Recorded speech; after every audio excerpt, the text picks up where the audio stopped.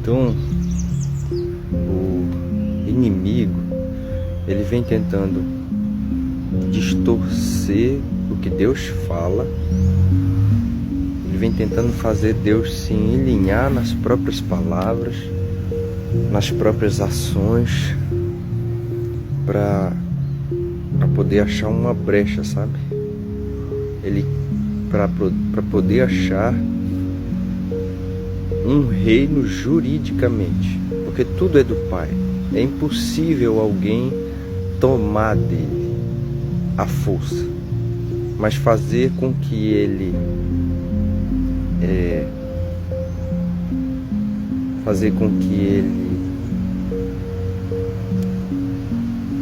até difícil de falar, porque isso é muito difícil, só sendo muito ousado mesmo para ter tentado algo desse tipo, mas fazer com que ele te libere através da palavra. Se ele te liberar, se ele disser que você pode, então você pode, porque ele não pode voltar atrás na sua palavra. Deus é muito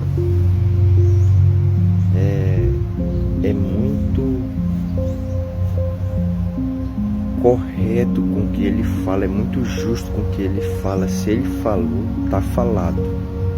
Passarão céus e terra, mas minhas palavras não passarão, diz as Escrituras.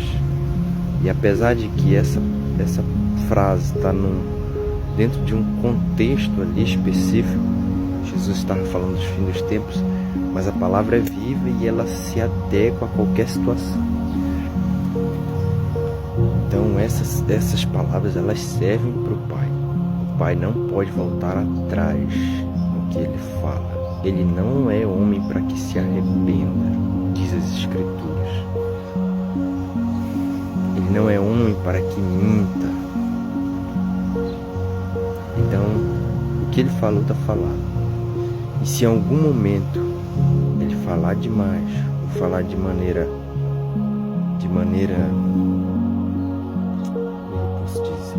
insensata, que chega a ser impossível, se de alguma maneira ele, na multidão de palavras, se enlinhar, então uma palavra pode colidir com a outra, e aí acontece o limbo, sabe? O lugar onde Satanás pode agir, porque foi dado o aval. E existe um momento em que as palavras se colidem, e daí em diante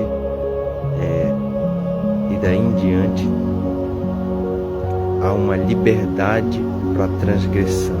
Por exemplo, o Antigo Testamento diz que Moisés mesmo falou, e Moisés recebeu essas ordenanças do Pai, do Espírito de Deus. Disse: olha, de todos os animais que existem na terra, os impuros vocês não podem comer, apenas os puros. Ele deu as características dos puros. Mas mais na frente, os fariseus interrogando Jesus disse: olha, o que está fora do corpo, isso pode te contaminar.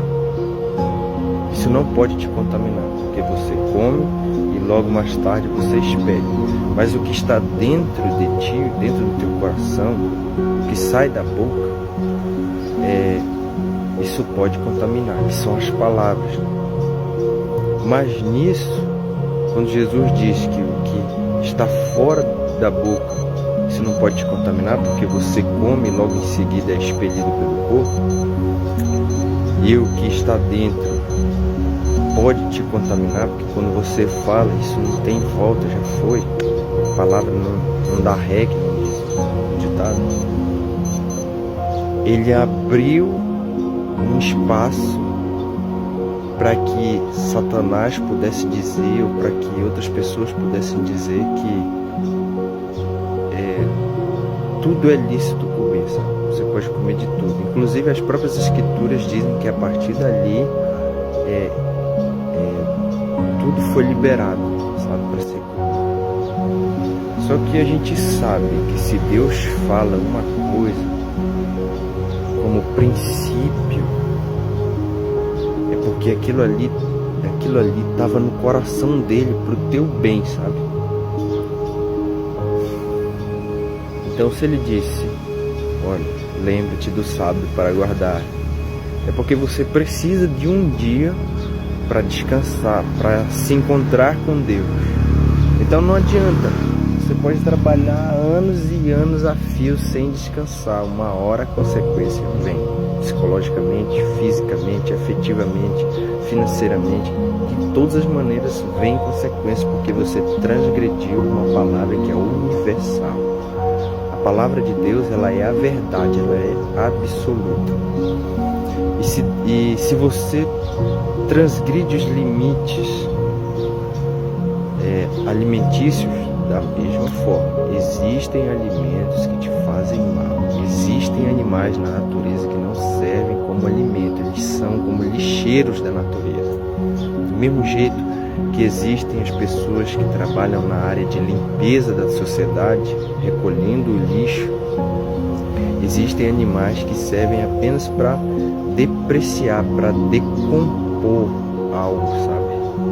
Os porcos, eles estão ali para decompor aquilo que não é, que a natureza não consegue decompor. Os urubus, abutres, as aves de rapina estão ali para decompor algo que a natureza não consegue decompor, para digerir, sabe?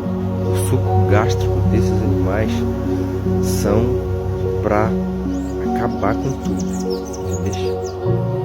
Então, se você vai e se alimenta de um animal desse que come já do que é resto da natureza, você vai ter consequências. São impuros. Deus mesmo falou. Então respeite o limite da natureza, respeite os limites do seu corpo, respeite o limite do seu próximo, respeite os limites que Deus impôs, e tudo vai bem na sua vida. Tudo vai bem. Você terá vida e vida com abundância. Enfim, esse é um exemplo do que Satanás faz. E Satanás continua daí em diante. Ele tenta o Filho de Deus no monte, no pináculo, no deserto. Olha, todos esses reinos te darei se prostrados me adorares. É muita ousadia, sabe? É muita ousadia. Primeiro que os reinos não são deles, tudo é do Pai. E querer fazer com que o Filho de Deus transgredisse o próprio Deus, ou seja, fazer com que Deus, que é o Filho, que estava no Filho,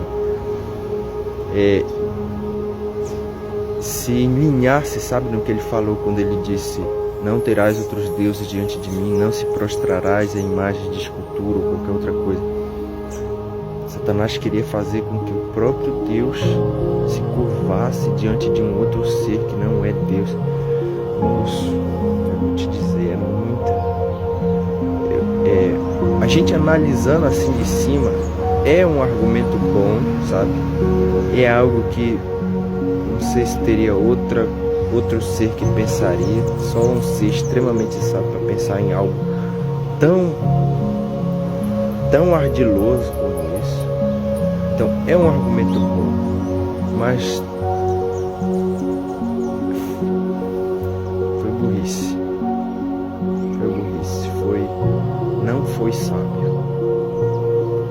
Você tentar contra o ser que te criou, pai, isso aí vou te dizer, é angustiante. Mas ele foi, e qual é o resultado?